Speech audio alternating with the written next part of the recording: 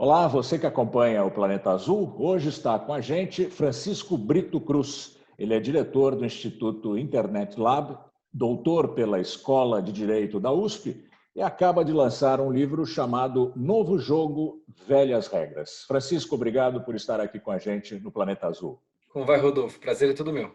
Francisco, esse livro, Novo Jogo, Velhas Regras, o novo jogo é o jogo da democracia, a vida das sociedades, agora com uma realidade de plataformas sociais, de informações digitais e tudo mais. E as velhas regras é o ordenamento jurídico feito muito tempo antes, organizado muito tempo antes do advento dessas plataformas e dessa realidade digital.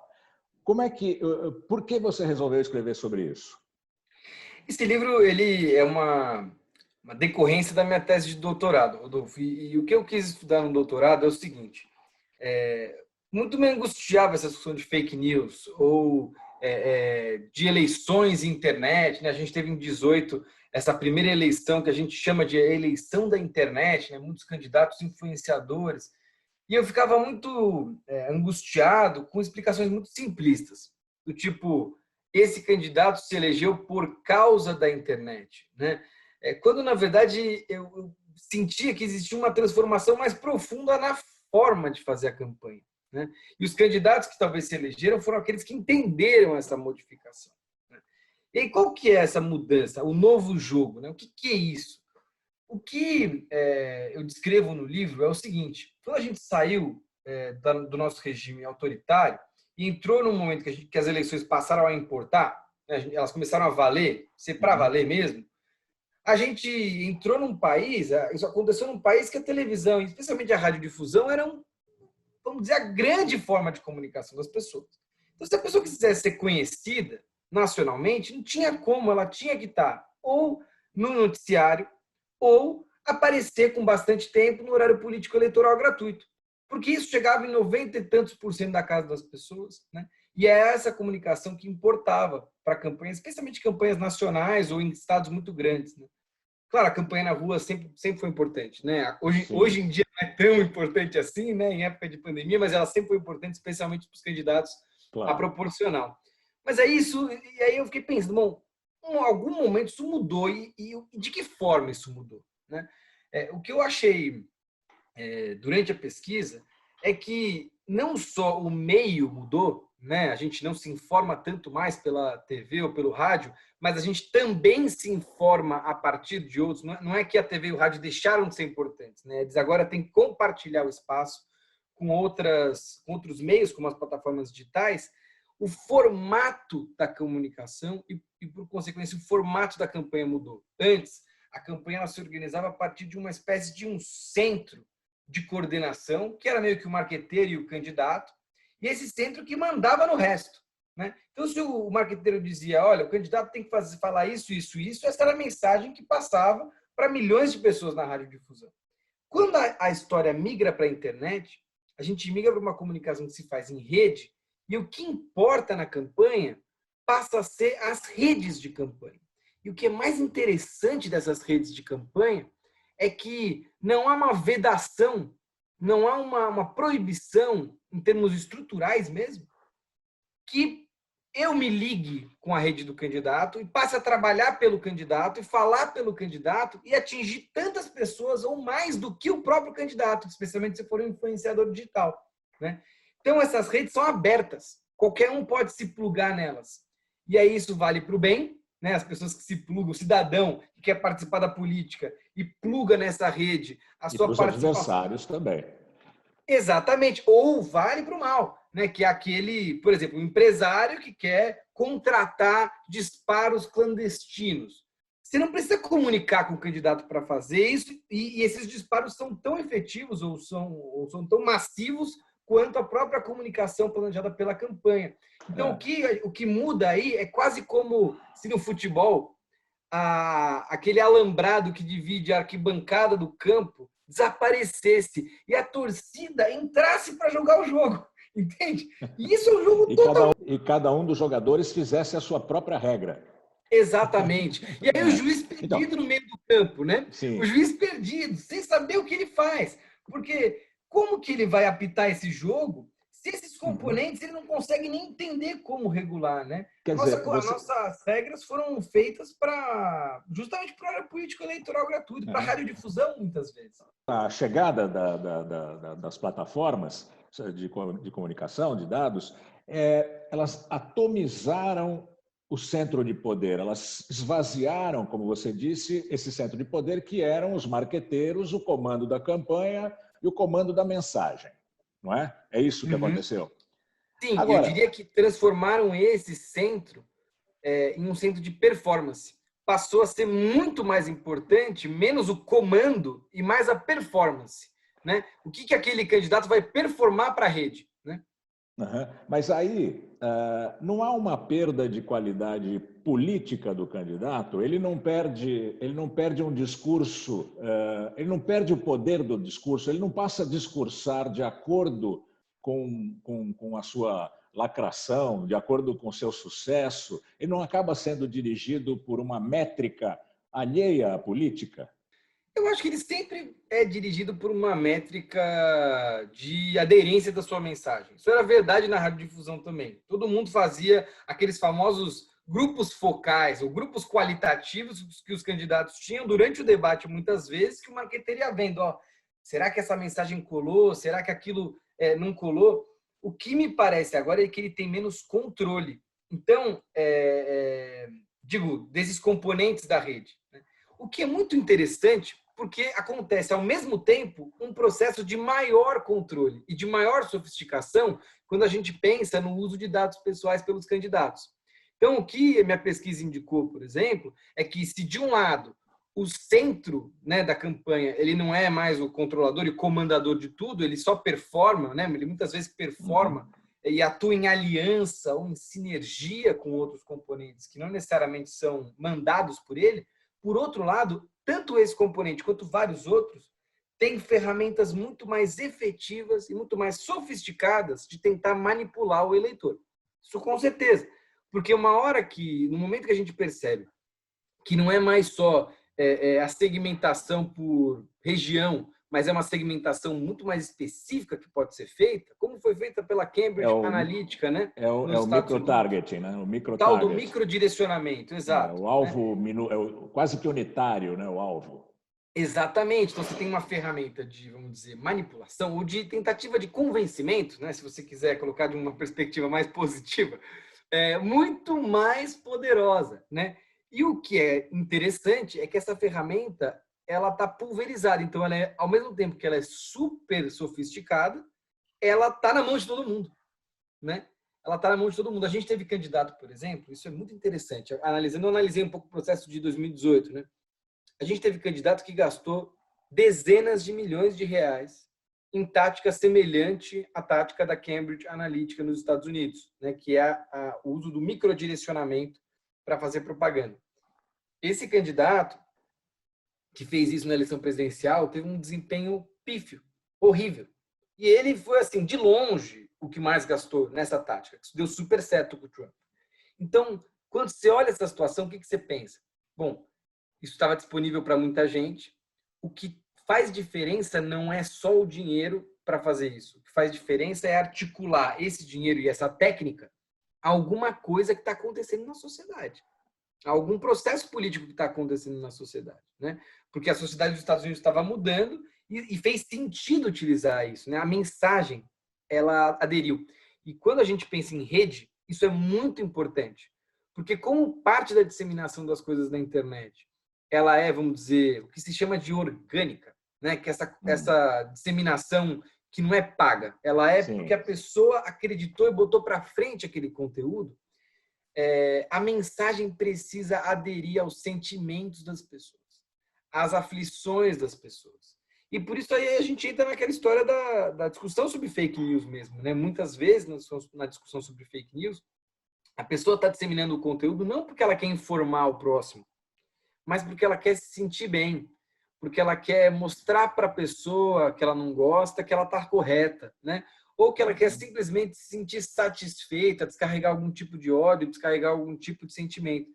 Então, bom, não é segredo para ninguém que campanha eleitoral usa de sentimento, né? E eu acho que às vezes tem que usar mesmo, tem sentimentos muito positivos, né? A esperança é um dos Toda sentimentos mais comunicação utilizados. usa, né? Exato. Toda Mas comunicação usa. o maluco é que com o microdirecionamento isso se torna cada vez mais personalizado. E acho que a gente ainda não tem muita dimensão do que isso vai significar para frente, sabe? Então, assim como nós não temos dimensão do que isso vai significar para frente, as nossas leis, o nosso ordenamento jurídico é muito antigo e esse é um fenômeno muito novo. Há uma separação brutal entre o nosso ordenamento jurídico e a nossa realidade. Como é que quem trabalha com direito vive essa separação tão grande? Vou te dar um exemplo que está no centro do livro, que é o mais importante do livro, que é o seguinte: a história da propaganda eleitoral. O que é, no Brasil, propaganda eleitoral? Quando eu fui pesquisar, eu percebi que não há um conceito, uma definição exata que diga, ó, propaganda eleitoral é isso, isso, isso. Existem vários julgados e esses julgados utilizam vários elementos, de forma, às vezes, até um pouco desorganizada. E eu fiquei pensando, mas como é que pode não existir um conceito de propaganda eleitoral? Se ele é tão importante, ele, pela pesquisa eu vi, ele carrega um sem número de regras, dezenas de obrigações se aplicam se aquilo for considerado propaganda eleitoral. E o que eu percebi na pesquisa é que não precisava definir antes. Por isso que não está definido. Não precisava, era auto-evidente. Propaganda eleitoral, o que estava na TV, o que estava no rádio. Para que eu preciso definir se existe até mesmo um espaço delimitado, né, na radiodifusão que vai passar esse vídeo, né, essa propaganda eleitoral? Há essa necessidade agora? Então, agora, o grande problema é, sem definição, tudo pode ser ou nada pode ser. Né? Você tem alguns parâmetros na lei, mas eles conferem muita discricionalidade para o juiz aplicar, então depende muito. É quase como qualquer conteúdo na internet ficasse à sombra de um labirinto de regras gigantesco, mas que se vai enquadrar ou não depende, né, do juiz, não tem muito parâmetro. E o que eu sugiro no livro? A gente tem que repensar esse modelo todo. Talvez uma das hipóteses seja abandonar esse conceito para a internet e começar a pensar em outros. Falar assim, não, tanto faz se é propaganda eleitoral na internet ou não. O que importa é que determinados comportamentos não são toleráveis durante as eleições. Se é propaganda eleitoral ou não, não importa. O que importa é que esse comportamento não pode acontecer no período eleitoral por qualquer eleitor, por exemplo. Eu acho que táticas como essa, vamos dizer, que dão 2 passos para trás e dizem assim, ó, vamos lá, esse modelo funciona bem para a TV, vamos deixar ele para a TV. Não custa nada a gente pensar outro para a internet, até porque a Justiça Eleitoral, Rodolfo, tem uma coisa interessante. Eu participo ano a ano de discussões sobre a revisão das regras, né, do TSE. Eles têm um processo super interessante, participativo de regras. E quando eu fui lá pela primeira vez, eu fiquei muito surpreso, porque eu falei lá sobre a internet e no momento seguinte veio uma pessoa falar sobre o tamanho da bandeira que podia levantar durante o período eleitoral. O tamanho da bandeira, o tamanho do adesivo. Então, assim, se a Justiça Eleitoral conseguiu criar regras tão específicas, tão bem pensadas, para qual vai ser o tamanho da bandeira, o tamanho do adesivo, como é que funciona a camiseta, se funcionou para isso, por que não pode funcionar para... Né? Se foi bem pensado para isso, por que não pode ser bem pensado para a internet? O ponto é dar alguns passos para trás mesmo, porque não é a mesma coisa. Francisco, você acha possível se desenvolverem legislações nacionais que alcancem essas plataformas, uma vez que elas não são nacionais, elas são transnacionais, elas superam o Estado-nação, portanto, estão praticamente acima da legislação de cada Estado. Não adianta fazer uma legislação no Brasil, que o disparador das mensagens vai trabalhar na Itália. Você faz uma legislação na Itália, ele vai para a Tailândia. Se faz na Tailândia, ele vai para o Congo. Como é que se consegue um ordenamento jurídico, um mínimo de regras jurídicas para lidar com esse novo? Olha, aí tem, acho que 2 coisas importantes.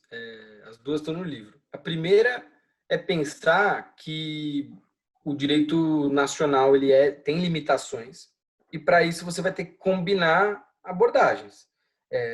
Vai ter momentos que não tem jeito, você precisa debater, por exemplo, regras de cooperação jurídica internacional, tratados internacionais, né? Ou mesmo você vai ter que discutir, debater como é que uma empresa consegue mudar suas políticas globais, né? Pensando não na regulação do Estado, mas na regulação, entre aspas, privada dessas empresas. Não estou falando que a gente tem que depender disso, né? Não é o único caminho, mas é uma combinação entre esses fatores que fazem com que a gente consiga abordar o problema na sua complexidade. A outra coisa que eu acho importante sobre essa história de como atualizar a legislação é a seguinte: a internet funciona também diferente, porque deletar alguma coisa na internet não é algo tão fácil. A dimensão de rede aberta, descentralizada, que tudo pode...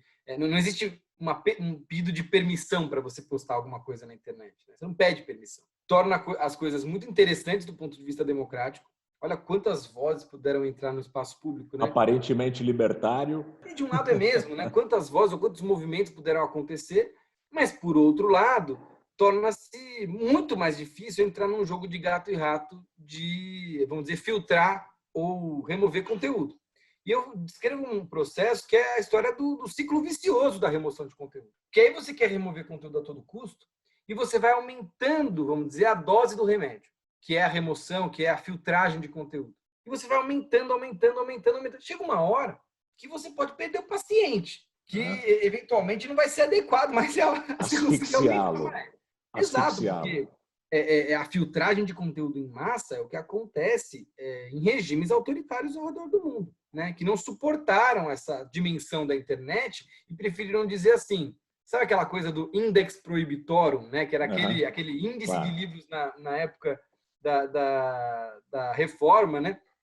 Que você não podia distribuir, porque eram livros, vamos dizer, ditos com sacrilégio, né? Religioso. Fazer um desse agora, na internet, do tipo, determinados conteúdos não podem circular, pode abrir espaço para abuso, porque a gente sabe que... Eu sou sociólogo do direito, apesar de advogado, eu abordo o direito pela perspectiva da sociologia. E eu acho o seguinte, o judiciário, o direito, é tão disputado quanto a comunicação. As pessoas vão lutar pelo entendimento que lhes convém no judiciário, tanto quanto, e a política vai se apropriar. Então, assim, se a gente se polariza nas redes sociais, a gente também se polariza no judiciário, e muitas vezes o judiciário é instrumentalizado para controlar conteúdo. Rodolfo, o que eu acho que é importante dizer é, se as campanhas têm um braço da comunicação, barra pesada, de disparo, de microdirecionamento, todas as campanhas também têm um braço para remover conteúdo, para controlar o discurso. E se a gente hipertrofia ou torna um braço muito forte, a gente vai causar um desequilíbrio. Você acha que o controle tem que ser a priori ou a posteriori? Deve-se estabelecer regras para o que pode nas redes ou, em caso de excessos, haverá punição? Os regimes totalitários tendem a estabelecer o que pode. Regimes mais democráticos tendem a punir o que foi excessivo. Qual é o jeito?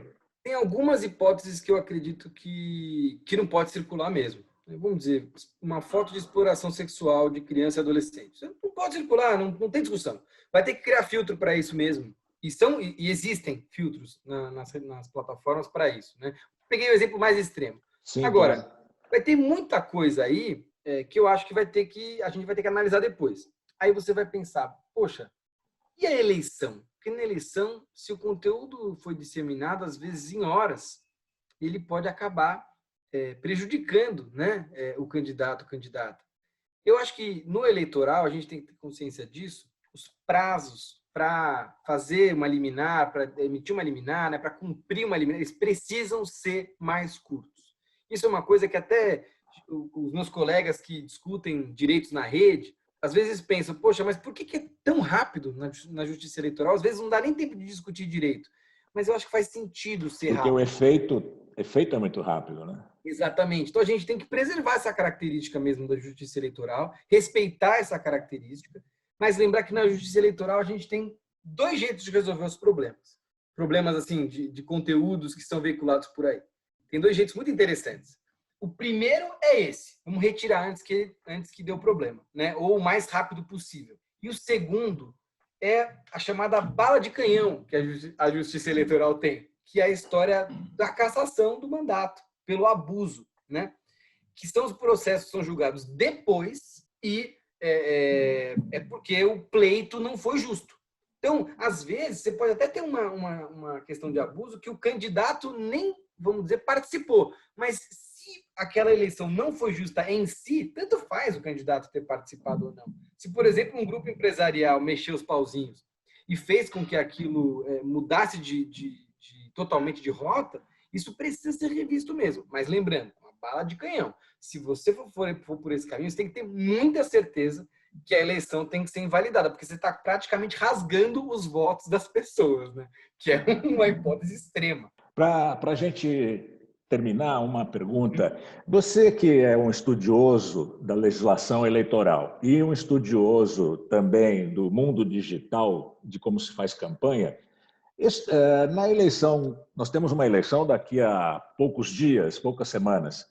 Nesta eleição para prefeituras, o que vale mais? Vale mais a sua técnica de disparo, a sua capacidade de uso da digital ou a qualidade intrínseca de cada candidato? Eu acho que o que vale mais é a combinação entre a técnica e a mensagem, não diria da qualidade intrínseca do candidato. Às vezes tem candidatos muito bons que não conseguem encaixar a boa mensagem.